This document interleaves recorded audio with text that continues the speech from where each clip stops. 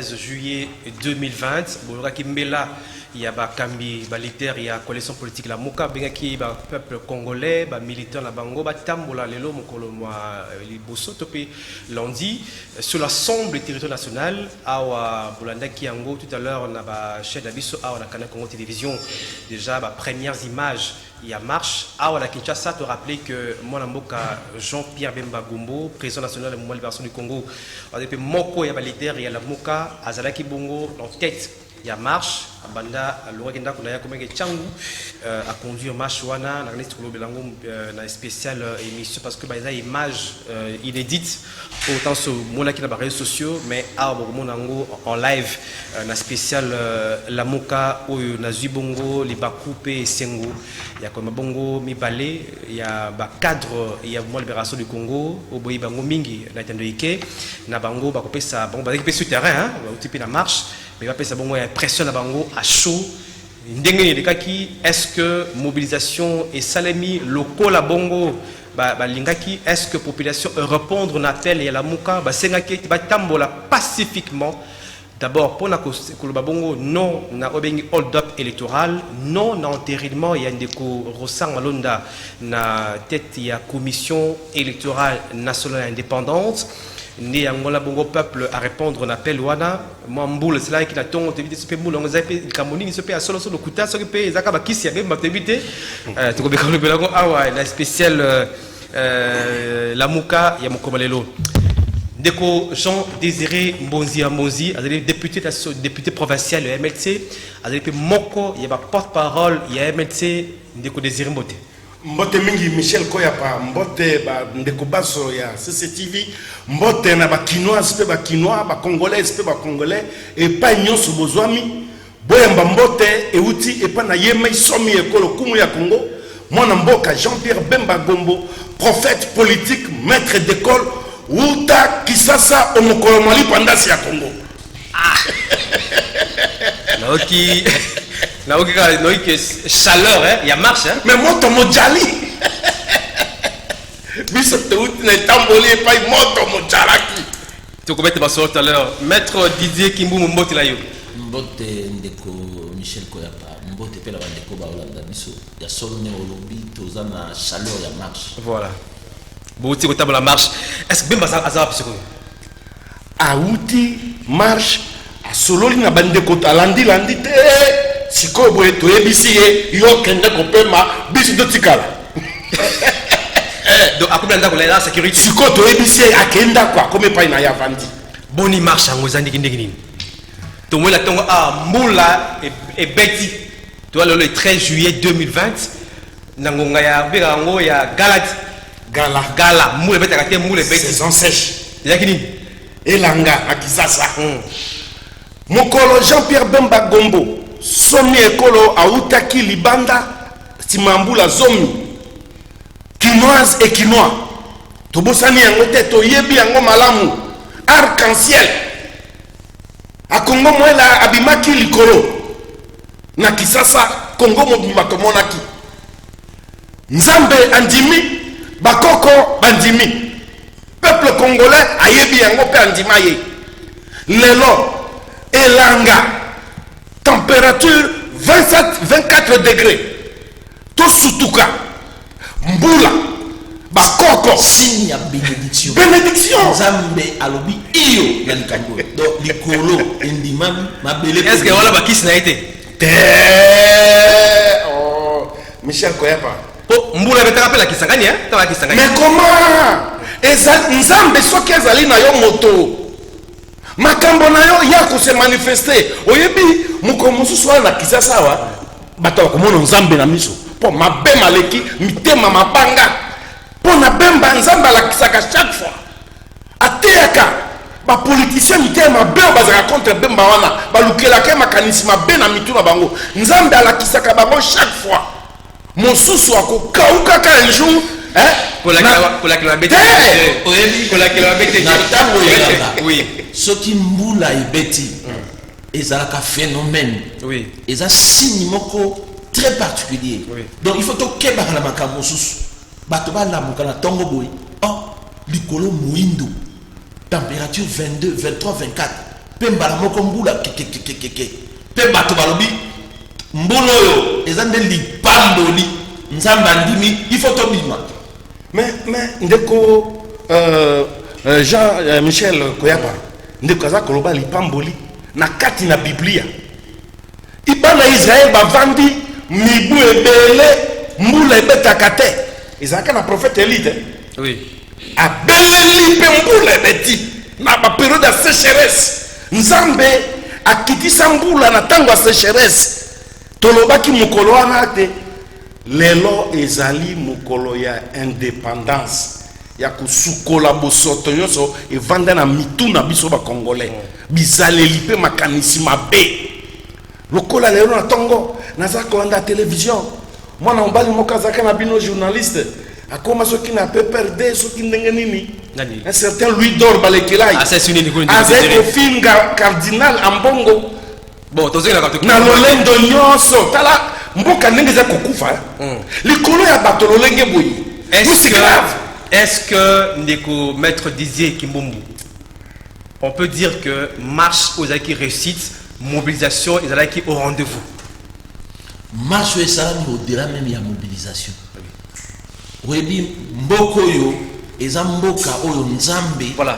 moi image ngona ola sambula talambula ndenge zobeta la muka sali mobilisation mais eza nde mobilisation de ya nzambe mbule kiti olefandisa bato na bandako mbule lobi bato bobima nde libanda donc marche oyo eza marche ya au-delà ya mobilisation à la muka po bato baye wana baza population de eza nde makambo la muka kaka te eza nde makambo ya mboka donc tokoloba que esukoli bato bongo bato bazwi conscience ba comprendre que likambo elingi ya na Congo lokola elembo ya mabe ya mbindo tokoki kondima ngo te elingi koloba ke litono oyo ndeko ya rosango ya moindo mbula ye kosukola ngo nzambe alobi likambo na boyi yango tika tosukola ngo po Congo ebeba te. Donc, de bonne image, en tout cas, c'est important que nous avons à chaque fois de réalisation sur Abisso, de désirer comment on a tout le coup là-bas. Et ça, il va indépendance, peuple. Et puis un jour ouvrable. Un jour ouvrable, un lundi. Ce côté bon la circulation était. Ça dit que population, ba yoka ki pe ba kotoki na likanisi ya marche.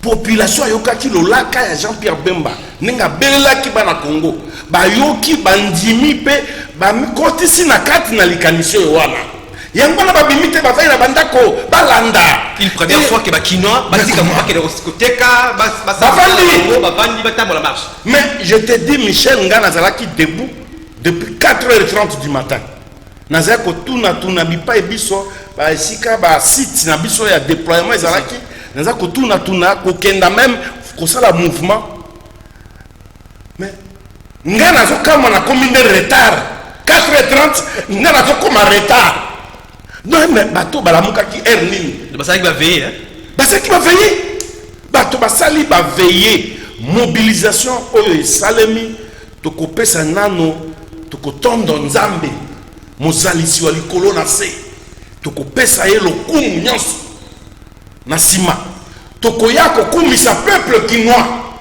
tokoya kokumisa peuple congolais, pour eloko et salemi lelo, solo indépendance spirituelle, souveraineté mentale, souveraineté physique, yaba congolais lelo et kokisami tango na kubiengama ya marche ya lelo oyo la muka bengaki kasi ba congolais baso bayokaki. Et puis malgré réduire l'espace parce que vous avez dit ça là-bas site avec la 3 sites hein?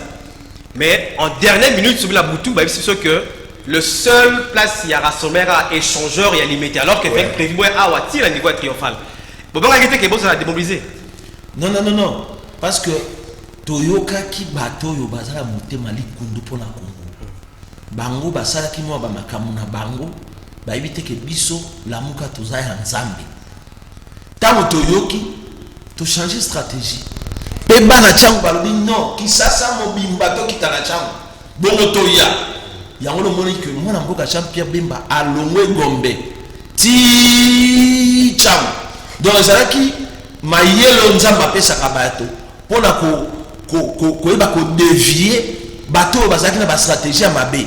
Oyebi ete makambo mosusu tokoloba ngo te mais esengeli mpe toloba yango totika motema mabe mpona mboka, totika motema likunya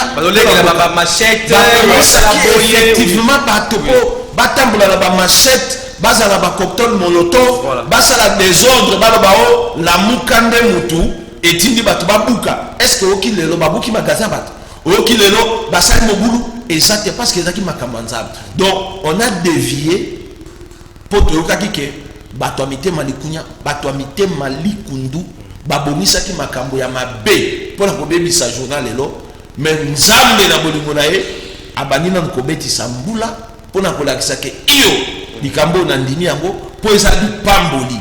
C'est pourquoi nous avons constaté mobilisation ya bato pe moi mboka Jean-Pierre Bemba bato alobi il faut kita otambola na biso elongo azaki obligé il faut kitaki pe bato nyonso bamonaki ezalaki eloko moko ya monene esengeli epesa biso leson nakobakisake eza nde lokola bekai ndenge bible elobi wana ekangamaki na miso ya Sauli kolandisa na bible wana mpe bekai wana ekwei donc mbula oyo ekokosa bekai wana mpo bato bamonaka mais baye komona solo bosolo ndenge ezali bosolo eza kote nini bosolo esengeli emonana mpe na mboka. Donc likambo esami lelo eza mpona kolakisa ete tolingi nde bosolo na kati ya mboka. Et puis Michel bakisa likambo olobi bato ya mitema mabe balengeleki babebisa précisément na matete na école babengi Pululu. C'est là mpe na quartier Pululu bato ya mitema mabe balengeleki bamachete bacocktail molotov mpo bakoto na ran na biso soki tokomi na limete baya kotia mobulu ebima ete lamuka asali mobulu.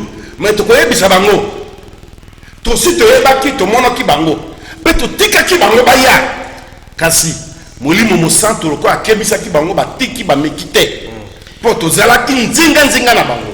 Voilà, voilà l'image voilà na lisala na mongala on pas tambola qui marche.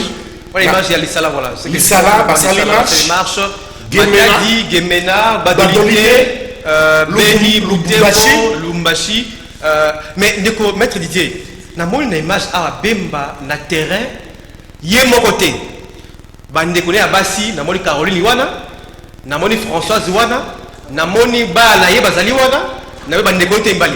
Pourquoi il y a particulièrement là pour politicien tambo la famille botomba non et ça eloko ya kokamwa pe ya kokamwa te ya kokamwa na ndenge otikolobana ya kokamwa te pona kolakisa ete eza fardo oyo libota on ememi mpona mboka bazotala ndenge mboka ezokende ndenge makambo ya malamu te ezosalema libota on bino likambo eza nde fardo mpo baza mpe bakongolais baza bakongolais bazovivre na mboka oyo bazomona pasi. Oyebi natanga buku ya sénateur Jean-Pierre Bemba esika moko alobi na kati ya mboka oyo esengeli baetni nyonso to bikolo nyonso monoko bato nyonso ya monoko na kati ya mboka oyo esengeli bazala bo moko mpe tozala na état oyo azogouverner état oyo azo-ordonner.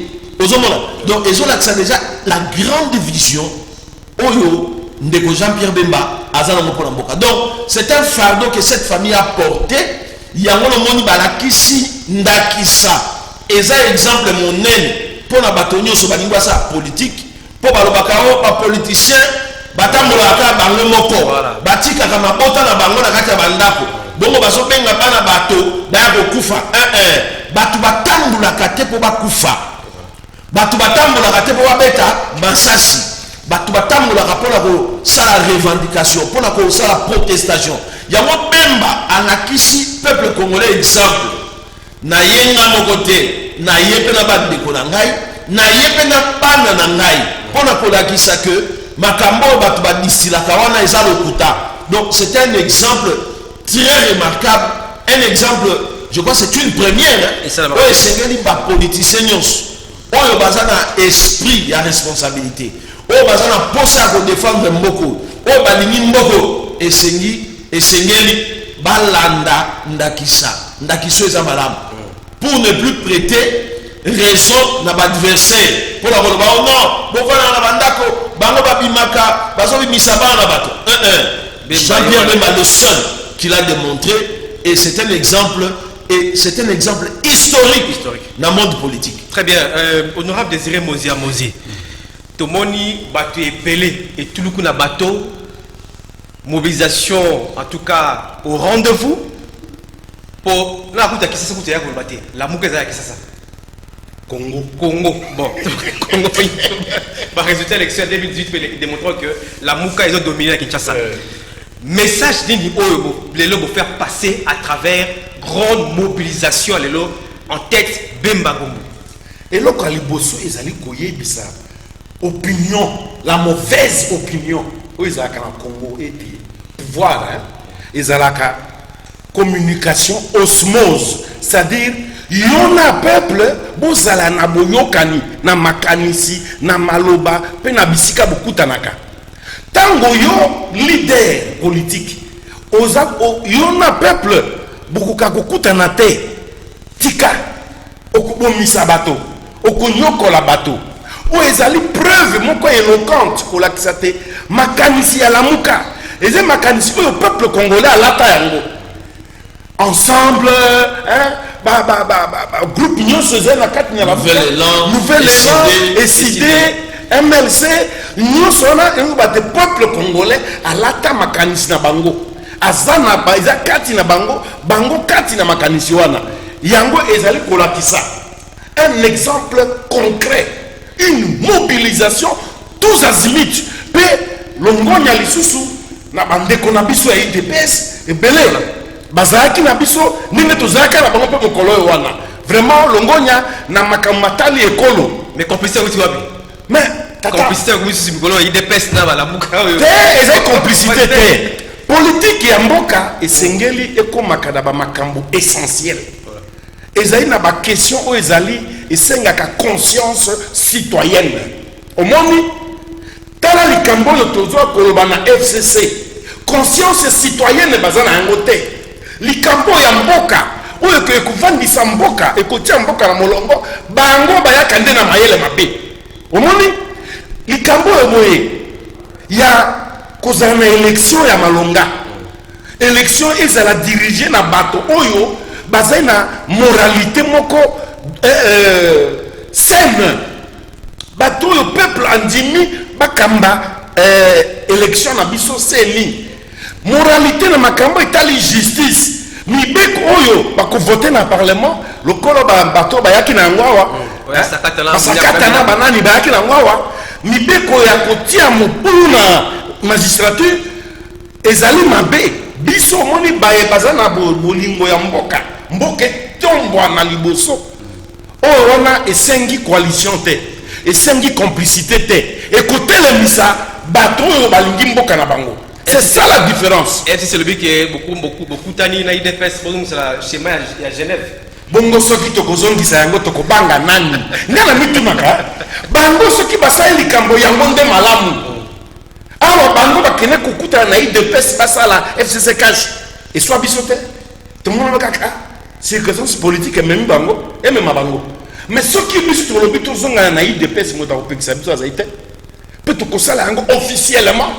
Il ne revient pas à quelqu'un qui a pillé de tout le pays à oser. Bande koyat c'est batu singa ki ba kanga minoko na bango. Bango bazwa konzo monene. Nzamba lingi bango ils ont encore le temps ya ko raconter ba bêtises ko défier peuple congolais. Trois scrutins ba pesi congolais découragement. Bato FCC ça peut perdre oui. 3 scrutins. Ba kamati 2006 Moyibi na vote Moyibi ene kendeti na gestion mboka mbongo ya l'état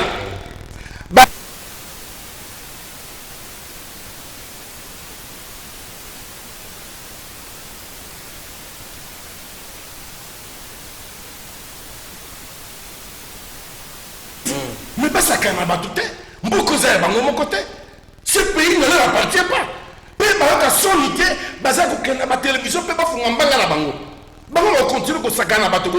Pour qui se peut dire? Il y a un gars qui démontrer la marche. Mais tu démontrer pour tous les républicains. Voilà, mais Didier, est-ce que les Oyo vous assure que à travers mobilisation la bino lelo, démonstration des forces la bino lelo, et la loi Minakuna Sakata Kolongwa, et la Rosa Malonda à côté ama, topé makamope à élection au Salamalam. Ndeko Michel,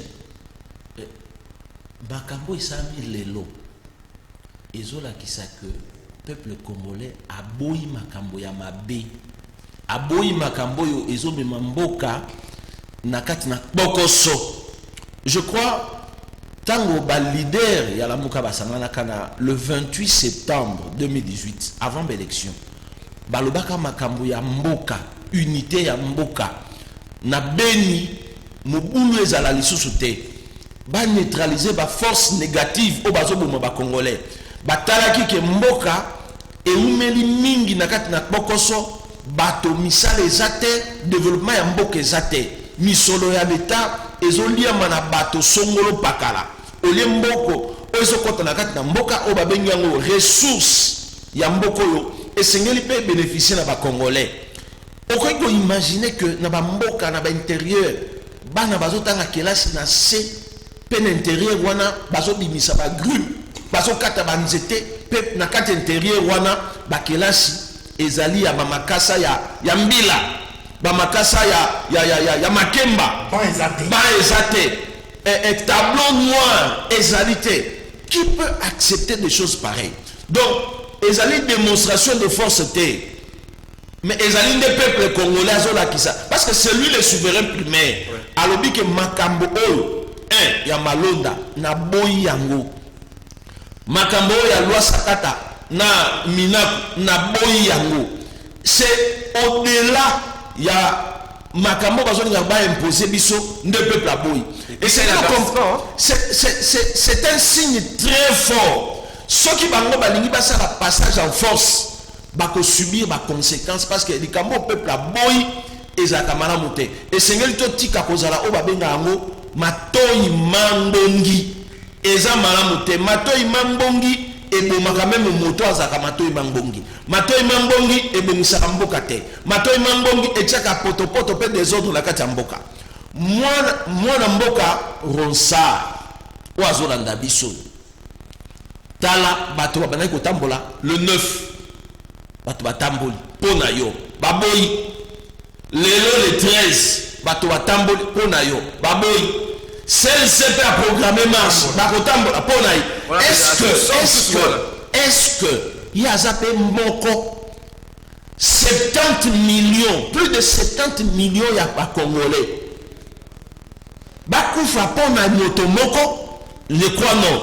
Lika obibiso namboke za kata musu ba pekiso le kambalo bino su tika otik moto azana nzebi o azana mayel o alingi ke mboke za nakati na kimia pona ye moko akoloba likambo yo na monike eza likambo nga na komitia su nakati te ya mibale makambo ya loi minaku parce que nakati ya nazongi na mwa mokesima bato baye kotika PV ya ba confession religieuse oyebi biloko musunga na kama na mboka na biso est-ce que bato baza mayele ou bien bato ba malete charte elobi nini elobi boye PV pour bato ebele balobi non réforme il fallait ba confession religieuse va ça la réforme confession religieuse va ça la réforme en fonction de quoi elles ne sont pas compétentes à ça la réforme bango bazali institution d'appui à la démocratie entre guillemets na ebite soki bafutaka bango mbongo mikolo nyonso ndenge bafutaka ba sesak ndenge bafutaka ba seni na ndimite mais na charte na bango elobi ke soki boyokani bie bosolo na likambo songolo mokanda oyo esengeli kobolotika na assemblée nationale esengeli président na vice président basigné yango ndeko ntango oza na kati ya lingomba bandeko wana bazo occuper ba poste wana basigné yango te mais bato baza mayele bakoloba soki tokoko déposer mokanda oyo ekozala na effet moko te mokanda oyo eza couverte te kuna pe na assemblée nationale bazwi yango est-ce que tant batali bato la sane mo koloto ba moni que bato yo baza qualifié te ya signer déjà un problème quand on parle de l'entérinement tout ça rappelle mosala so rotiki la mokonzi no mokanda mokonzi signer ya ozoka mokanda signer te akotanga akoloba esiko lobi boye ezara boye te esiko komi boye moi pourquoi so ça la kati esengeli bobongisa donc ezate que lokola bayaki nango na niveau de l'Assemblée nationale bandi makaka maramoko mais plus pire encore article 49 il y a règlement intérieur il y a Assemblée nationale ezalaki mis en activité te pourquoi pour quelle raison ezali makambo etali mboka tokoki kosala nango lokola blague te eza famille ya moto te eza nde la nation congolaise nous avons opté ce reçu préambule il y a constitution na biso mobeko likonzi ezoloba ete esengeli moto nyonso oyo aza na posa ya koexercer pouvoir na kati na mboka aleka na bavoie démocratique l'élection par excellence donc ce qui est élection eza déjà biaisé mais tokotia ba yauli bato ya motema kanza na kati ya mboka bakamba ba donc totsali na 2006 élection esami malongate les gens ont été déçus on a privilégié un certain nombre de gens oyo babemi mboka na eloko moko malongate na 2011 c'est la même chose na 2018 talana nous Assemblée nationale la biso c'est vraiment déséquilibré aujourd'hui que tout Sénat maatro so aujourd'hui na niveau ya bato bazo représenter biso bango moko baza même ils ne sont pas les gens le cœur à l'œuvre dans la musala donc si on va député on se que baza déçu bazo est-ce que c'est ça l'Assemblée nationale c'est ça cause à la sénateur dans la Sénat ça pose trop de problèmes de trois il y a trop de contradictions au moment même pour un seul texte oyo balobi boy na Sénat balobi boy et kei boy et so pebisa même image ya mboka la biso bato bakomi kosekango à cause ya mbilinga oyo ezolekala kati na mboka donc la muka obi niet non la muka a l'esprit à conscience nationale à partir de la unité ebengamaka na le 28 septembre donc conscience ya mboka oyo esimbami na maboka la muka nde mudaza azo sauvegarder soki la muka kitisa on a semboka baby c'est pourquoi aujourd'hui la muka alobité bandeko esprit à conscience ya unité à boy toko ondima likambo te na inga loka sur eloko moko osusa parce que tout nazo sukisa ndeko Rosar Malonda na ebité makambo lekaki par la confession religieuse tomona abimaka expert pour la rekoisa candidature ya sénateur Jean-Pierre Bemba toyebi ete biso nyonso tolandaka yango oyebi na Congo tozo créé o babenga yango ba monstre juridique pe ba monstre juridique wana ezo avalé biso à tel enseigne que mboka et kimi ezate ba décision nyonso bazozwa au travers de la création il y a ba monstre juridique o bazo pondre la kati ya mboko ezo mimakimiate est-ce que ba ko otikate professeur un éminent juriste na autant la communauté asalela biso analogie juridique oyo bato nyonso bakamwa il y a même des gens qui ont dit est-ce qu'on ne peut pas fermer faculté de droit na RDC donc c'est du n'importe quoi bokonzi eutaka et pas une nzambe ya solo population de muta votaka mais ce qui population alobi ki di kambo yango te moto asana mayele antikate. Très bien. Merci. Il y avait une guerre à 40-45. Il y avait un général. Il y avait deux en France. Il y avait un général Pétain qui était avec les occupants. Et il y avait un certain général de Gaulle qui était aimé par la population. À qui m'a dit France? À qui m'a dit général Pétain dans la France? Mais retour, il y a des généraux de Gaulle dans la France et là qui un retour triomphal. Très bien. Général Pétain, donc l'histoire doit nous renseigner un certain nombre de choses oyo esengeli ke moto la moto akotisa la moto na ye pour comprendre. Merci maître Didier Kimbumbu pour la précision. On a rappelé que bandeko numéro là pour benga te botina message na bino tina message soit na WhatsApp soit na message direct pour tout temps tu m'appelle tina en direct parce que ça na nini ba casque de ça na tongo wana bolibisi botina la message na pour la bandeko pour répondre à la question na bino. Ndeko Désiré, on a rappelé également que Marche à la Mouka, tout le monde qui appelle P. Ndeko Martin Fayou aux États-Unis, tout le monde qui Ndeko Adolphe Mozito, tout le monde qui Moïse Katumbi, Namon Amboka, j'ai pu me rendre mais tout le monde qui Ndeko Désiré, Marche à Mouka, Malam, Botambo Malamu, Kitoko, population de Sengo, revendiquer droit à Bango, mais à niveau échangeur et liberté, tout le monde a pompe à Tetewana, police et Betty Bagaz, Bikaboni. Liboso to comme wana Michel Koyapa nano likambo ndeko Didier maître Didier Lobiawa na kotuna motuna na pasteur Soni Kafuta oyo akendeki ko signer mokanda PV en lieu et place et sans autorisation. Il y a président, na vice-président, il y a confession religieuse na Maïmatali Seni. Ce qui diacre na ya sali bongo na église. Il y a comme un normal. Ça m'étonne. Et il passe à travers les télés, essayer de justifier ça. Kaka na monokonaye, azubi misama sur le tribalisme. Mais c'est tellement grave. Ceux qui sont accusés de complices, c'est à cause de ce genre d'actes. Président Zalité, vice-président Zalité, Bozoyo Kanate, Youssou Zamoto Abonia, pour Lukande Bukutana, président. Mais tu signes. Droit Yazou a mis Pesaki à signer mon candidat, Azo Banalandia dans la télévision, oh, Bakomi, n'a parlé du peuple, Bazo Zela Soki et les Sokinani, Azo Yate, et il ne pouvait pas l'attendre. Regarde. C'est lui qui prétend être serviteur de Dieu. Tout est parti de là. Ça, c'est un. Non, on a des deuxième effet. Il y a Otobengi piège au bureau, il y a assemblée et Zouaki, ma confession religieuse. Va piéger ma confession religieuse. Au titre de la mise, pas comme alors que l'Assemblée nationale, bureau n'a yebi malam que il y a un problème. Il y a gestion de la CNI passée. Bilan na bango et ça les mina noté même audit n'a pas audit n'a pas ça les mina noté le bureau de l'Assemblée nationale le sait mais bango qui va zipa yango magui bango ba sala avec la CENI l'ancien bureau et l'équipe voyez la corrélation sachant aussi que ceux qui les cameroun que la justice ministre na bango la justice a zipa yango alors en amont, il fallait qu'on joue Jéwana.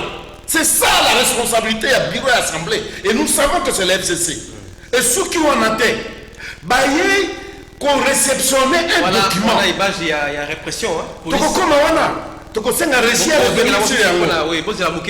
parce que preuve à la couille. Et deuxièmement, qu'on réceptionnait un document signé par un irresponsable. Un irresponsable, c'est de ça qu'il s'agit. Comment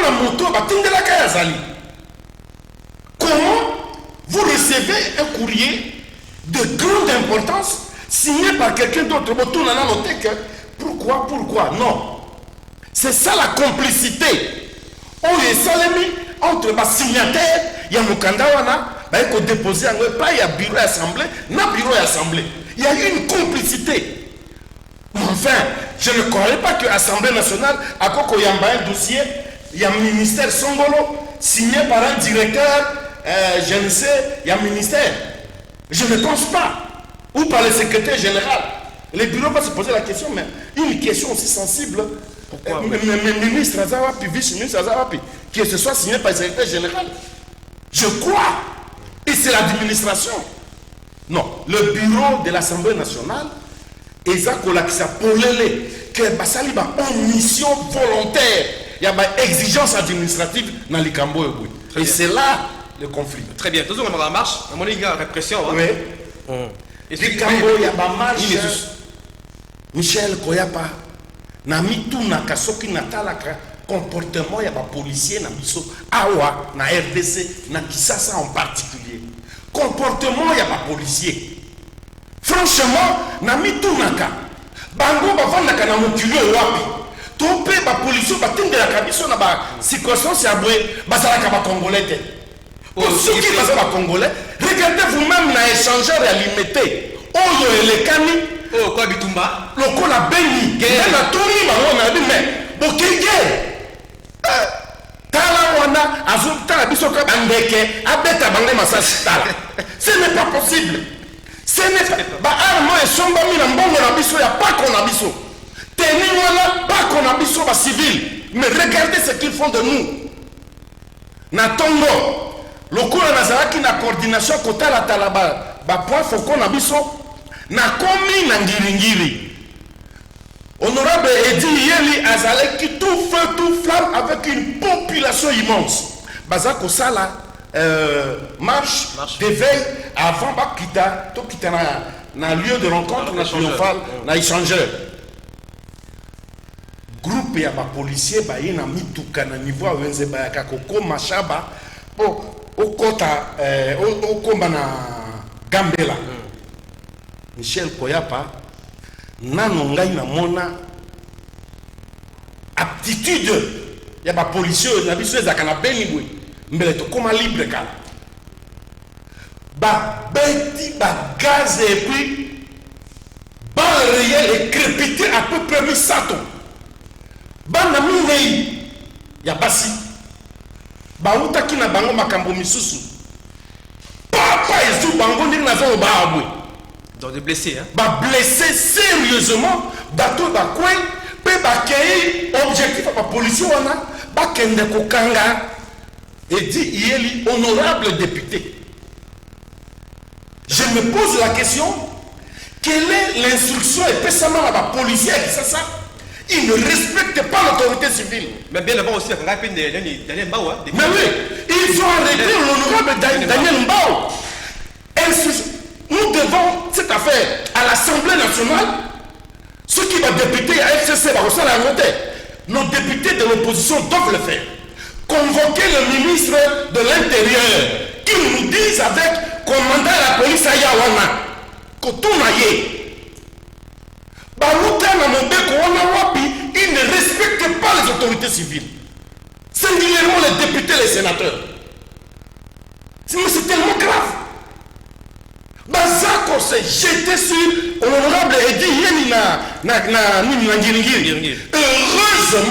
Heureusement que population Bazalaki très déterminée et ils ont marché sur ces policiers. C'est pas correct. Pendant ce temps, na outi qu'entretenir ba misusu na bumbutu komi na siège Edi Yeni poto longoana to kita ensemble to kenda na échangeur. Un major, il y a Souciat Mokoana, na quoi il y a venu principal Gambela, na Kasavubu, Gambela Kasavubu. Kasavubu, na Katikuna, il y a Souciat Mokoana. Mais je vous assure, Abimi, avec 15 éléments, Babaniko Panzabato. Major, oui, comment on a été? Nebu Kombo n'a été, je l'ai vu pour la première fois. Un papa âgé qui devait avoir été à la gendarmerie. Mais n'habitez pas ton ami. Il a changé une insolente. Donc vous avez que Malobato Balangay, Tatamo Kayat, c'est honorable. Talama honorable Anini. Azor Balangabo, il est major Wana. Moi j'irai le prendre, nous irons avec lui. À expliquer pourquoi il est méprisant. La cour d'ordre militaire a expliqué. S'il y a une loi qui demande à un policier d'être insolent envers un député, ce qui n'a aucun nom en dimi, là dans un indako. Ce n'est pas possible. Azara qui n'a pas deux gardes de Naïm Souana, ça c'est la vulgarité, ça c'est la rue. On qui m'a kamazo là-bas, on comme kawa, pour là il s'est. Tout le monde est tata. Bakolo yokola lisa moto akomeka moto nga salinini. Biso to komelaki autorité urbaine Mokanda à titre d'information. C'est ça la constitution. Yoko yo lobité. makambo tozokufela ya po yo ozala malamu mwasi na yo bana na yo avenir na yo traitement na yo ezala malamu au lieu bureau na ezalaka na kati na conteneur des années pendant 23 ans bovandaka mosala na kati na conteneur toi tu trouves ça normal nous on se bat pour et comme un bureau régulier ndenge mikili mosusu ezalaka yo mikotisi le molongo mosusu ongo boma moto mpo na yango babali kochange baarme et moi je leur ai dit voilà les mains sont ouvertes allez tirer bakokaki te kolongo wana au même moment Michel Koyapa ça m'a rappelé un certain major Youssouf. Major Youssouf azalaka Tanzania akufa yé na aéroport ya Kisangani Jean-Pierre Bemba vice-président de la République azo atterrir yé aya lobi Bemba ko kita na avion te tango tokomi Kisasa le même major va utiliser yé lors ya affrontement le kaka liboso après premier tour élection en 2006 mon toisin na chef de combat aza ko tirer na ville et ko canarder biso na CCTV c'était encore lui et alors na affrontement il en avait eu pour son compte na yango to moni lelo moko atikali akomi ne Lewis ce qui Carl Lewis un major ba major yango na la police esengeli général kasi on va expliquer biso po to mona ki na confinement wa major mosusu kasongo oyo aza ofinga banque bato ya banque DGRK bamiyibi et aujourd'hui on a encore un major kombo na ye babengaka Lewis Carl Lewis aye devant bureau interfédération na enseignement et il déclare à haute voix plus que Rambo Bemba wana rebelle Bemba za rebelle auti prison komona tona croiser akoyeba ngai Yé Lewis lelo préméditation. Moi je porterai, on va porter plainte contre ce jeune, ce major. Donc il le dit, on dirait c'est un problème personnel Nabemba. Major Lewis, je le répète, et je me présenterai dans toutes les juridictions pour qu'il comparaisse. Major Lewis, déclaration aujourd'hui à haute voix devant le siège interfédéral du MLC en enseignement. Babandiko bêta, gaz lacrymogène, je vous dis, avec crépitement de balles réelles en sourdine. Mais qui donne les ordres? C'est le problème. Mais c'est grave. Qui donne les ordres? Qui va répondre? Mais il y a Major Lewis à quoi il présenter des excuses na ba banque na ba DGRKT. Non. Il ira lui devant les juridictions compétentes qui nous disent qui lui donne ce droit. Qui? Parce qu'il est policier. Nous tous sommes comme un policier. Que tout le monde devienne policier. Mais il ne sera peut-être pas major. Très bien déconsidéré. Et ici, je voudrais ici, Nassala, un appel. Na ba policier congolais. Ba telemelaka Félix Tshilombote. Oui. Bazalaka ko finga ye. Bazalaka ko landa ye ko bembo ba gaz te. Lelo, ce n'est plus ça. Hein? Ba keba na mokili. Ozali policier à République, ozali policier ennemi, il y a ba opposant te. Ozali policier en faveur, il y a ba bazana pouvoir te. Le major Lewis devrait s'expliquer pour cette parole-là, cette déclaration-là. D'accord. Nous le poursuivrons jusqu'au bout. Très bien, maître Didier, tu as reçu un message. Et Belé Awa, en tout cas, je ne sais même pas lire le message, j'ai une centaine déjà reçus. Hein. Est-ce que vous avez un bilan, déjà blessé, mort, arrestation? Oui. Et ça, toujours c'est le résultat définitif. Oui. Mais il y a des blessés. Au moins, l'image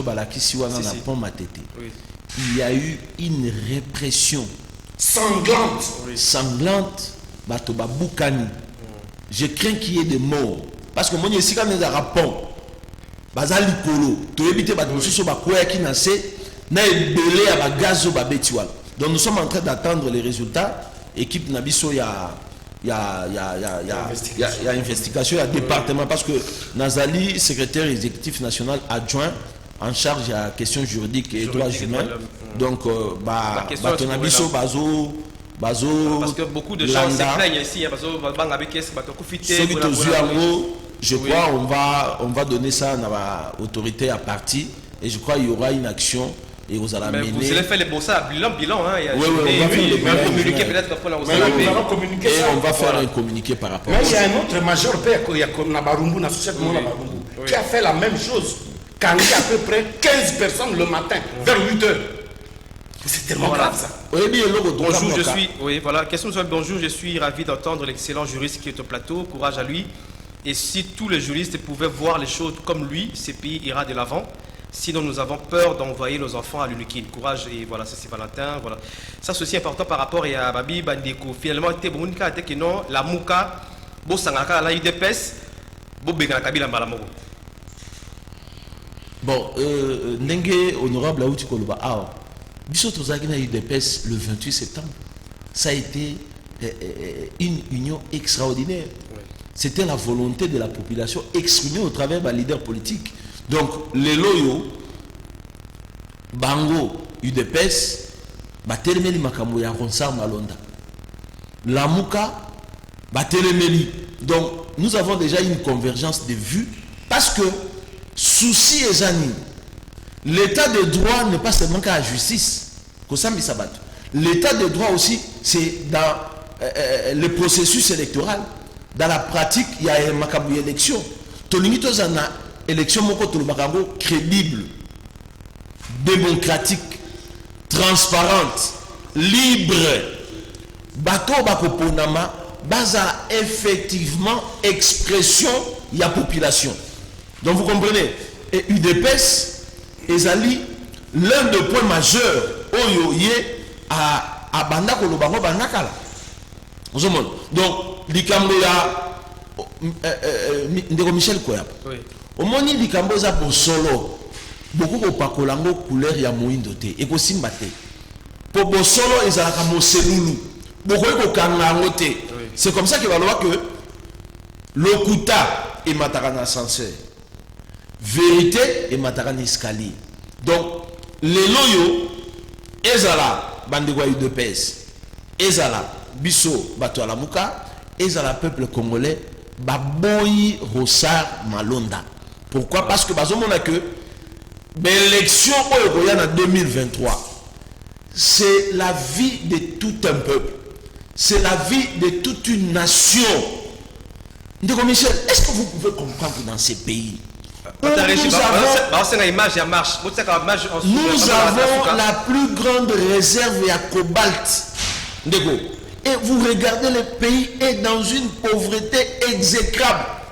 Mais nous devons quand même avoir, nous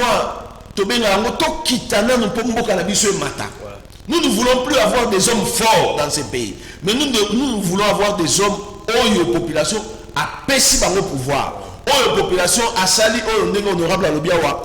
Osmose, il y a ma pensée. Aux populations à l'obiawa, iyo moto yonde mutu, à cause de la redevable vis-à-vis de Bisso, parce que Bisso n'aime pas voter. Bateau bazo pour na bango, bateau bazo tiers de force. Ils n'ont rien à voir avec la population. Donc, il dépêche. Pour preuve, est-ce que la Mouka, ça marche contre les dépêches? La Mouka, effectivement, la Mouka a la revendication contre des principes. Nous sommes des républicains. Bisso, c'est sur le principe. Ce qui principe est biaisé, et puis, tu le verras toujours. Richesse la Mboka, au-delà de sous-son nango, mais la richesse d'un pays, sont les hommes. Les valeurs qu'incarne la population Mboka. Et les lots, population quinoise, félicitations à Bango, va démontrer que non, l'Ikambo Yamabe Toboui, Tolingi Mboka Nabiso, ça c'est la démonstration de l'amour du pays. Effectivement, c'est ça. C'est pas autre chose. Ces gens-là, ils étaient manipulés. Ces gens-là ont l'amour effectif du pays. C'est pourquoi ils ont marché sous la pluie. C'est rare. Hein? Un lundi, un jour ouvrable. Un lundi. Ce n'est pas un dimanche. Premier jour, il y a semaine. Oh, tu vas le barraquer lundi, c'est une journée difficile. Moto la moto qui n'a pas quelque chose pour. Et ça, il y a bandeli. Na outi aussi ça bon dans samedi dimanche. Donc tout le baboué que la police n'a biso. Et la police moko na mikanda balobi que c'est une police républicaine. Et ça pour na battre la bateau na biloko na bango. Biloko on a principe on a fondateur il y a la police et c'est nyeli état lisama na miso ba congolais. Pour tous on a confiance il y a la police wana. Et puis mingi biso tambola na nzela to kuta na ezala batu ya PCR ezala batu ya anti émeute ba légion ya pi na mitunaka est-ce que na kati wana mingi basala formation à la police ou bien bazalaka ba recommander franchement et na mituna est-ce que ce sont pas des recommandés, ce sont pas des infiltrés ou ce sont des véritables policiers? Na marche ya IDPS nous avons un monitoring mais makambo esala na matongé hein ndeko koya pa Michel makambo esala na matongé non c'est inacceptable. La police a continué à katia le pango ba policier bazo uka ba porte ya bateau destruction méchante. J'ai vu la vidéo une maman qui était très malade ba touti nzuru ya biloko ba panzima ba kotiti na chambre ba yimi. L'objectif est-ce que l'objectif premier à ba policier ezali ko piller. L'objectif premier à la police ezali ko extorquer ba. Premier objectif il y a la police c'est ça qu'on compte dans la bateau qu'on soit ba téléphone garçon va lobby que mbongo na ngai ya garantie ya ndako na nina que nous ndako na mwasi na ngai.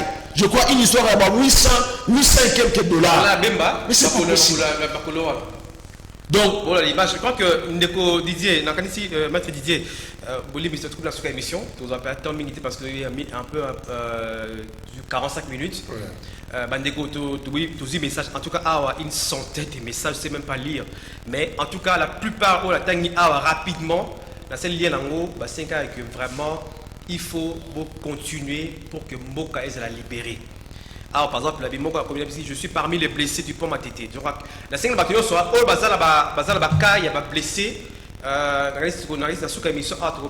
Soit Maître Didier, on sera numéro là, parce que bazar chargé à droits humains, il y a MLC pour que arrêt censé soit blessé, topé par le communion, on a communiqué final, le rapport là, on va finalement pour la autorité à Mokapé par rapport à Yango. Déjà, te rappeler que l'image au Bogomon, ça c'est la répression, elle va continuer. Bogozongo tout à l'heure, no comment. Dans CCTV, puis bon, la image, dans les réseaux sociaux, il y a aussi la vidéo vraiment en long et large. Merci de vous désirer. Merci Mingi, Kassi, Nakosuki. Prochaine étape, les amis. Prochaine étape. Dimanche. Toko Salam, c'est avec Toko Kende. Et ça, les Camboyaba Congolais, Michel Koyapa. Les Cambo, que c'est nous, une CNI respectable, une CNI honorable. Une CNI crédible. Et ça, les Kambaba Congolais. Ce n'est pas une affaire de qui que ce soit qu'on cite des noms là-bas. Et que, escroquerie, ça l'a mis entre le bureau de l'Assemblée et c'était groupe religieux. Non, ça doit s'arrêter. Tant que on va revenir dans la raison. Et nous demandons au bureau de l'Assemblée nationale de mettre de côté tout ce qu'ils avaient reçu comme des PV falsifiés là. Bazonga na audit ya CENI. Bazonga na réforme, il y a la loi électorale et ensuite viendra le profil de ceux qui pourront diriger la CENI. Le contraire ne se passera pas. Ils nous trouveront sur leur chemin. Et puis, le major Lewis là, il est avec Koumisa Kabila comme ça, il y a Nzambi. Kabila yaka na pouvoir dans quel statut? Sous quel statut? S'il y a rébellion, il y a fidèle. Comment lui peut-il se donner ce courage? Il y a qu'on qualifier même de rebelle. Il va se justifier devant les institutions compétentes. Très bien, Ndeko Désiré. Merci, Maître Didier Kimbumbu. Tous en tout cas, message Awa Motemingi. Je réponds au nom de Jonathan Landou Moussoba. Nazali membre ya la Muka, Nazasiko na échangeur. Na lingina tuna Yango, ba policier au général Kasonga. Tindele biso Awa. Et ça pour la bas biso Tonini. Awa déjà 5 personnes bazuki makasi. Tulembi Nabiso Mboka. Oh, je crois que ça continue. Il faut parce que Mais c'est parce que les gens, à niveau, il y a échangeurs, se sont dispersés. Bah, arme, oh, le général Kassongo nous expliquera. Général Kassongo, tu vas nous expliquer quel genre d'armes ont utilisé dans l'échangeur, les Sika et Monument à Lumumba. Ça a fait trembler même les clôtures africaines. Oui, malheureusement. Bah, tu vas ici, bah, quel côté à Lemba. Et on dirait que pour chasser Bamboloko, ce qui est reconnu. Ce n'est pas possible. Merci. Et c'était sans sommation. D'accord. Voilà. Sans sommation à la police. Parce que la règle est à contenir, il faut que bandana na biso ngaza police était. Mais moi ba règle wana to yebi yango et surtout avec la pont wana pe autant la million wana za non mais Michel, oh et salemi na monument ya Lumumba, je vous dis, même en pleine guerre ce n'est pas ça. D'accord. Merci Lucas. Bon continuer qu'on compte dans le message d'Abino. C'est mieux votre message pour que tu aies facilité à continuer la bandeko au bazar bongo habilité. Là on laisse mettre Kimbu on a continué le message on dit ah pour que bazo bongo ba temps à pouvoir ango. Merci landeko bandeko technique hein Moron Njambe, Dodo Motiri, Aleka Bongo et puis Bruno Njinga. Tu peux ça numéro. Oui, pesa numéro rapidement. Bon numéro à mettre Didier Kimbumbu, pesa numéro là. 089 76 77 513 dans la bandeli 089 76 77 513 botinda plus na ba SMS pour na ba appel ya rebelle donc bato nyoso baza concerné na ba ka ya kokoya ba bukani bazoki batini la ba arrestation p hein na ba arrestation c'est important donc soto sisia wa to no vérifier na la police to ba bandeko baza arrêté pour tout ça la ndeni to ko binisa ba. D'accord, merci Mingi. Ce peut rappeler que tant que tu as un message pas de Didier Kimbumbu beaucoup pour signer la souka do penga monsieur XY na numéro na yo na numéro de téléphone na yo pe la souka la message na pour baye ba ni ba ko recensement malamu. Maintenant dans la ville bandeko vous allez belé un message à bozo benga et belé, je pense que c'était vraiment qui attente qui grande. Vous avez démontré félicitations à la Muka na discipline na bino sur respect à mot d'ordre. Pas de casse, pas de violence, pas d'insultes. En tout cas, vous allez en malamu. Oui. Nous avons félicité Bandeko ensemble. Il y a un nouvel élan. Il y a SID. En tout cas, il y a UDPS, Baninga, il y a MLC. Les Congolais étaient formidables. D'accord. Félicitations aux Congolais. Et puis partout aussi dans la République. Hein, toute la République. Et puis, quand il y a Bissau, il y a Kabamarche. Tokoko, Banabamache, Tim Kolomboka et